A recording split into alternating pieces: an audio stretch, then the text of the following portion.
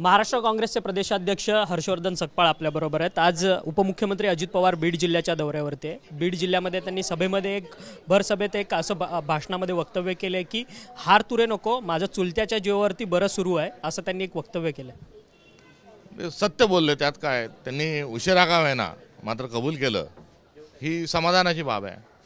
परंतु लाडकी बहीण योजनेच्या संदर्भात सातत्यानं महायुती सरकारकडनं 2100 रुपये दिवस जाहीरनाम्यामध्ये सांगितलं, परंतु आत्तापर्यंत देखील 2100 रुपये जे आहेत ते लाडकी बहिणीचे देण्यात आलेले नाही।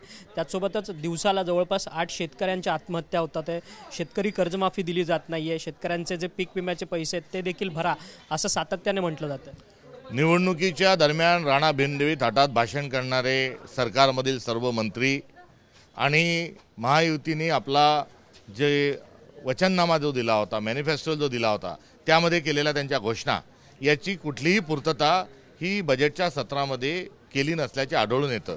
या पार्श्वभूमीवर मी एवढंच म्हणेल की क्या हुआ तेरा वादा।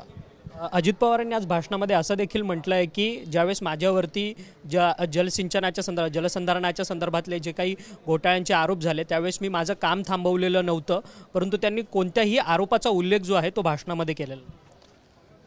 भोपाळ येथे नरेंद्र मोदी देशाचे पंतप्रधान 70,000 कोटीचा घोटाळा आणि त्यातल्या आरोपींना सोडणार नाही असं सांगतात आणि 8 दिवसामध्ये अजितदादा पवार हे स्वतःचा पक्ष फोडून हे देवेंद्र फडणवीसांच्या सोबत सरकारमध्ये सम्मिलित होतात। या घटनेमध्ये हे सर्व काही याची उत्तरं दडलेली आहेत।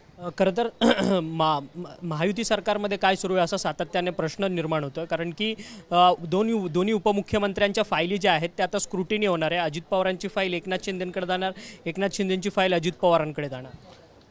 कुठल्याही विचारावर एकत्र न येता केवळ सत्ता सत्ता आणि सत्ता यासाठी एकत्र आलेले हे 3 पक्ष आहेत आणि ह्या पक्षामध्ये जो खेळ चालला आहे हा सगळा पॉवर गेम आहे आणि या पॉवर गेममध्ये असे खटके हे उडत राहणार आहे। हे सरकार असेपर्यंत हा डाबडुबल्याचा खेळ हा आपल्याला बघावा लागणार आहे, कारण शेवटी ही गँग ऑफ ट्रिपल इंजिन सरकार आहे। धाराशिव जिल्ह्याचे पालकमंत्री आहेत प्रताप सरनाईक, त्यांनी डीपीडीसीच्या कामांना जी मंजुरी दिलेली होती जिल्हा नियोजन समितीच्या, त्या कामांना जी आहे ती आता स्थगिती आल्याचं आपल्याला पाहायला मिळते। आत्ताच थोड्या वेळापूर्वी ही स्थगिती आलेली।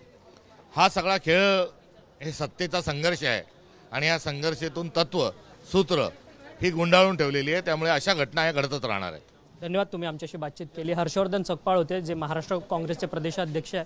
त्यांचं म्हणणं आहे की हे सरकार जे आहे ते लोकांची दिशाभूल करत आहे असं मत जे आहे ते हर्षवर्धन सकपाळ यांनी आपल्याशी बोलताना व्यक्त केलेलं आहे। व्हिडिओ जर्नलिस्ट संतोष कदमसह अक्षय मंकणी, TV9 मराठी, मुंबई।